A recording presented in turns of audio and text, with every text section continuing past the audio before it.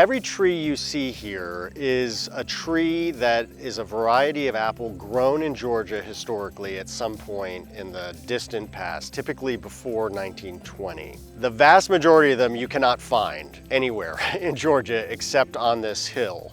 That's what makes them special. These trees all have their own individual personality.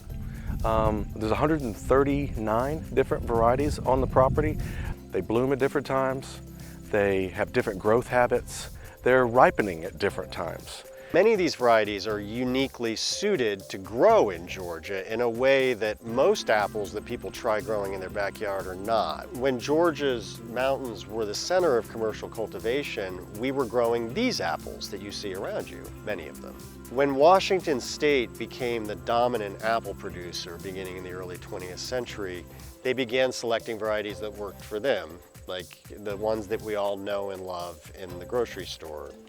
The problem is, as people went on, they came to expect those in Georgia, and so they started planting those varieties back in Georgia, getting rid of the old Georgia varieties. In comparison to with a commercial orchard, which is having some disease issues, whereas these are looking a lot healthier. And I'm not going to say that they're immune. By no means they're not immune, but there are some issues that they look like they're more adapted for. It would be a great idea to create a kind of Noah's Ark of apples here in the North Georgia mountains where they could be preserved for posterity and hopefully for reintroduction to Georgians in the 21st century.